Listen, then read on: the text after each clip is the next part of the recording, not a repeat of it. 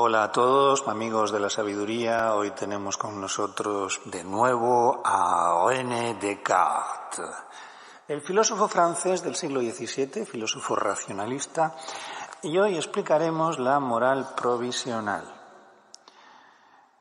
Esto aparece únicamente en el discurso del método, el famoso libro del autor, y es la tercera parte de esta obra. No está de más volver a recordar que el discurso del método fue un prólogo a 3 ensayos científicos, uno dedicado a la geometría, otro dedicado a los fenómenos naturales, meteoros, y finalmente otro dedicado a las propiedades de la luz y la refracción de la luz, llamado dióptrica, y el estudio de las lentes.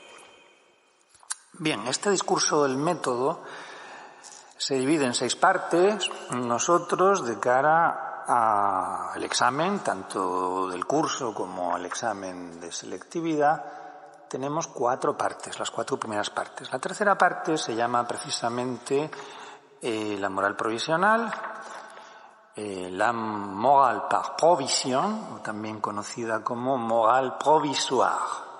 Provisional significa algo momentáneo o algo transitorio hasta que aparezca una moral definitiva que Descartes nunca redactó, nunca formuló, aunque es algo que hay que destacar en Las Pasiones del Alma, para mí, el libro más bonito, más, diría, útil para la vida del autor. En Las Pasiones del Alma hay una especie de moral definitiva bosquejada en algunas de las pasiones, concretamente en la pasión de la generosidad, de la que luego hablaremos. Todo esto no está en el tema.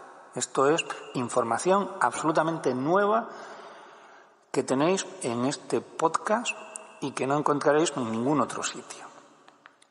Bien, vamos a empezar diciendo que la moral es el estudio de las costumbres, de las buenas costumbres, de lo que está bien. La moral, por lo tanto, solamente puede existir para aquellos seres dotados de voluntad, porque uno debe elegir el bien y apartarse del mal. ¿Quiénes son los seres dotados de voluntad? Pues la voluntad, ¿qué es? Un modo de la sustancia pensante. Por lo tanto, solamente existe moralidad para aquellos seres dotados de razón, de mente, de conciencia, es decir, para el ser humano. Descartes estaba influido por pensadores estoicos, pensadores que valoran la impasibilidad, la tranquilidad, la paz de espíritu. Y esto tiene mucho que ver con el gusto que Descartes experimentaba por la soledad. Se ha comentado con frecuencia que él fue un hombre solitario. Y él pasó 20 años en Holanda, con apenas 3 viajes a París. Y no fue tanto la búsqueda de un lugar en el que estuviera a salvo de las persecuciones religiosas tan propias de aquella época, con guerras de religión, la guerra de los 30 años, en la que él participó, los enfrentamientos entre los protestantes y los católicos, sino que en Holanda, sobre todo, él encontraba esa paz de espíritu que le permitía seguir trabajando, seguir investigando, por ejemplo, haciendo disecciones de animales, una cosa que él practicó muchísimo. El problema de la moral es el siguiente. Vamos a situarnos de nuevo en el comienzo de la filosofía cartesiana. Él somete a duda todo aquello que le parece meramente probable o sospechoso de no ser verdadero, pero hay algo que no puede someterse a duda, y es lo que podemos llamar la vida práctica. Nosotros tenemos que estar tomando decisiones continuamente y no podemos aplazar esas decisiones. No podemos dejar para mañana, ni siquiera para dentro de un rato, decisiones que tienen que ver con nuestra acción. Por lo tanto, aquí aparece una, vamos a llamar, aparente contradicción. Si en la vida teórica en la ciencia exigimos certeza,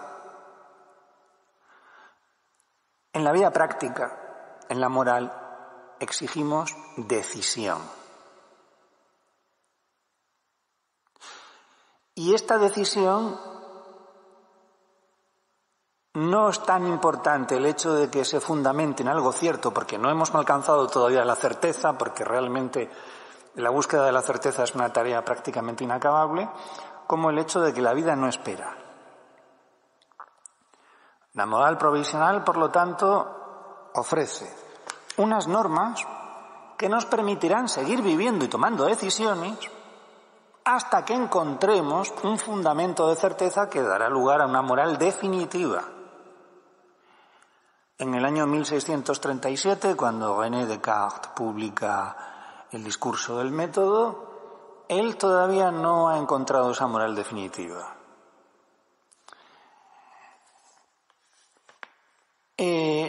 Comienza la tercera parte del discurso del método con una comparación, una analogía muy bonita, en la cual dice que cuando una persona hace una obra en su casa, tiene que buscar, mientras hace la obra, un lugar en el que habitar.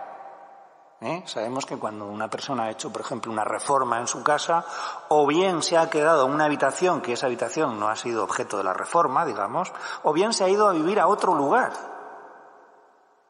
Pero en todo caso, siempre es necesario que cuando se construye de nuevo el conocimiento, nosotros tengamos que seguir, por así decirlo, habitando en un lugar protegidos, de todo ese trasiego que supone reconstruir la casa.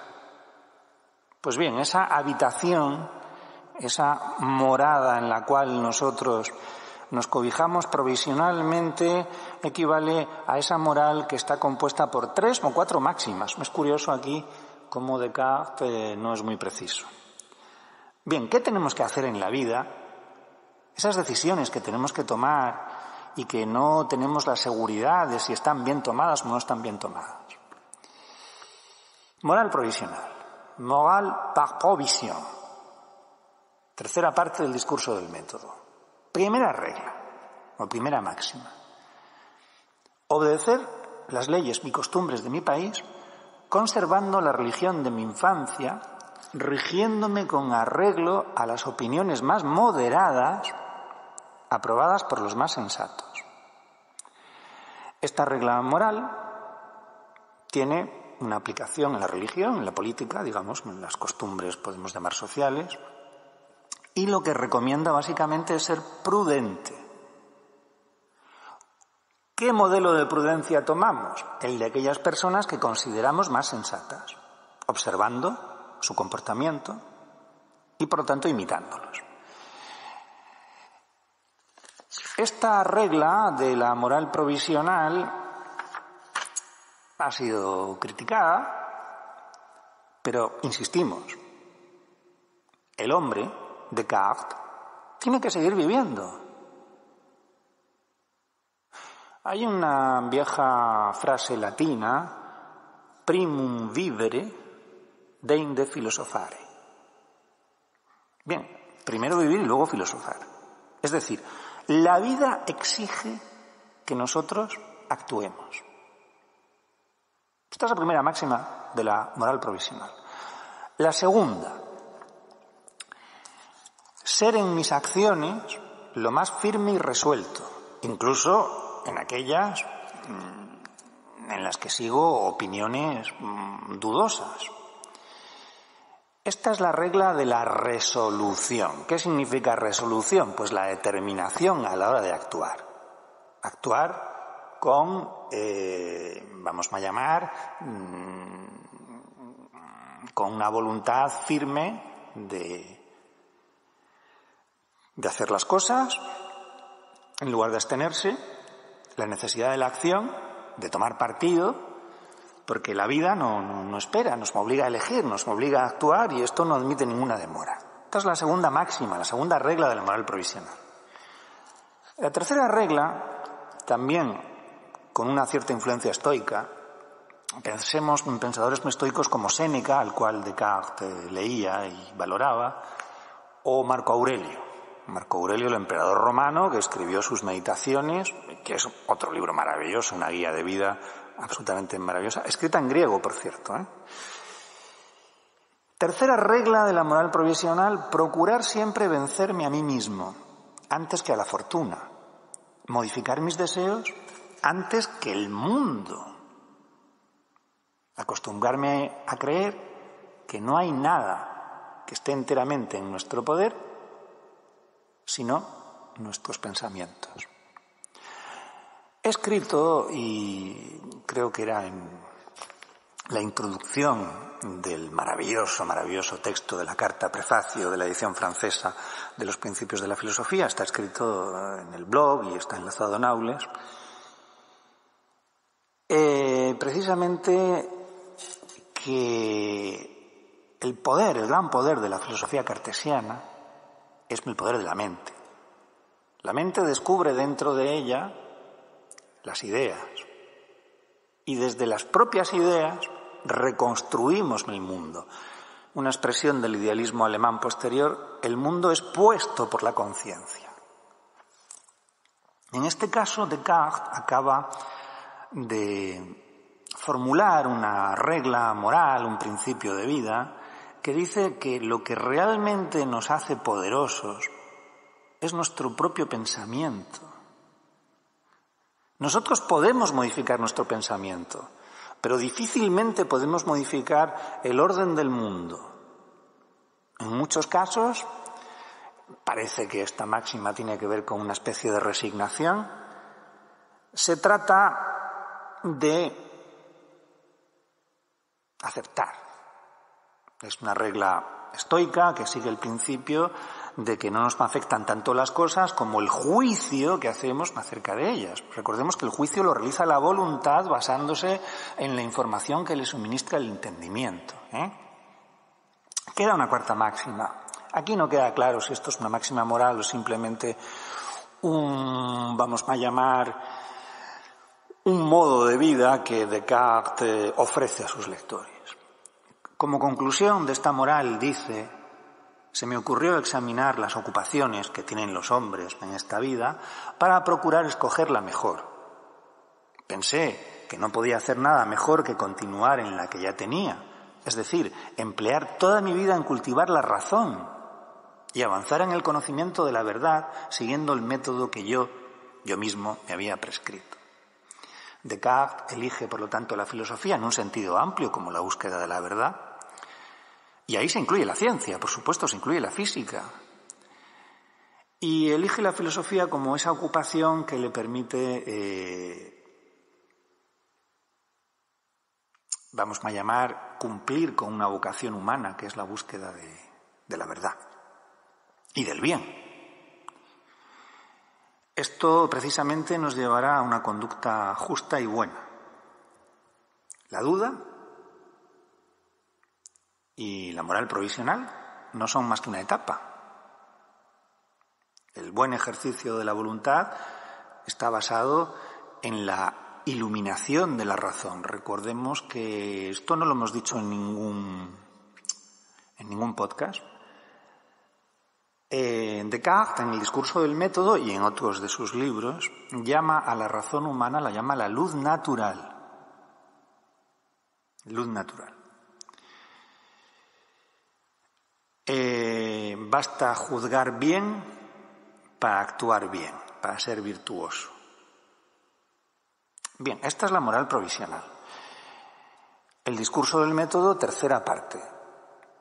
Pero nosotros vamos a incorporar, y para eso tengo aquí una edición estupenda de Las Pasiones del Alma en español, tengo también aquí una edición francesa de Flammarion. Tenemos que hablar al final del desarrollo filosófico de Descartes, ¿hay una moral definitiva? Bueno, hay en Las Pasiones del Alma, el libro que publicó casi al final de su vida, un alegato, una defensa de la generosidad. La generosidad es para Descartes una pasión, una virtud muy importante porque nos guía y porque nos ayuda a ser más felices, a ser más buenos. ¿En qué consiste la generosidad?, se pregunta en el artículo 93 de las Pasiones del Alma. La generosidad hace que un hombre se estime hasta el más alto grado en que puede legítimamente estimarse. Consiste únicamente en que conoce que nada le pertenece de verdad, salvo esa libre disposición de su voluntad, y que nada hay por lo que deba ser alabado o censurado, salvo porque utilice esa voluntad bien o mal. Y por otro lado, la generosidad también consiste en que siente en sí mismo una resolución firme y constante de utilizarla bien, la voluntad. Es decir, de no carecer jamás de la voluntad de emprender o ejecutar todas las cosas que juzgará mejores. Esto precisamente es seguir la virtud. En estas páginas tan emocionantes de las Pasiones del Alma, un libro que de verdad es una guía de vida, habla Descartes de cómo la generosidad impide que se menosprecie a los demás y cómo también implica una humildad virtuosa. Posteriormente habla de las propiedades de la generosidad y cómo sirve de remedio contra otros desarreglos de las pasiones. Denis Moreau, en un libro llamado La philosophie de Descartes, asegura que hay una concordancia entre las máximas de la moral provisional y esta moral de la generosidad, que podría ser quizá un apunte de su moral definitiva. En la explicación de la generosidad que acabo de leer habréis identificado claramente la segunda máxima de la moral provisional: actuar de manera firme y resuelta, de manera constante, es decir, actuar y no abstenerse. Tenemos que despedirnos ya de este autor, un autor al que yo toda mi vida había juzgado con una cierta frialdad, un autor que me parecía obsesionado con un método rígido, frío, preocupado más por los problemas, vamos a llamar, metodológicos que por la vida. En estas vacaciones de Navidad he tenido la inmensa fortuna de poder leer con detenimiento a este pensador, uno de los más grandes pensadores de la historia de la humanidad, y sobre todo en sus últimos libros, en los Principios de la Filosofía y en las Pasiones del Alma, he encontrado a un ser humano que busca el bien, la felicidad y que busca la satisfacción consigo mismo y con los demás. Creo que esta es una bonita manera de acabar. La moral es la tarea más alta a la que nos encamina la sabiduría. En el famoso árbol que tenéis en la carta prefacio de los Principios de la Filosofía, la edición francesa, la moral es la aplicación de los principios metafísicos y de los conocimientos físicos. Es, por lo tanto, esa rama que da frutos de aquellos conocimientos que han sido obtenidos después de un largo y árido camino de ir apartando todo lo que fuera dudoso hasta encontrar unas certezas en las cuales basar las raíces de todo nuestro conocimiento y de toda nuestra vida. La moral, por lo tanto, es la meta de la vida teórica humana. La moral es la vida práctica. Es la voluntad dirigida por el entendimiento, por la razón, para elegir lo mejor. Y la moral provisional cartesiana, al final de su vida, prácticamente se mantiene. Descartes ha encontrado en los fundamentos que él ha desarrollado a lo largo de su vida la manera de alcanzar la felicidad. Con esto os dejo un gran abrazo y ha sido un placer, como el título de un libro maravilloso también, francés, Cheminer avec Descartes. Ha sido una maravilla caminar con Descartes.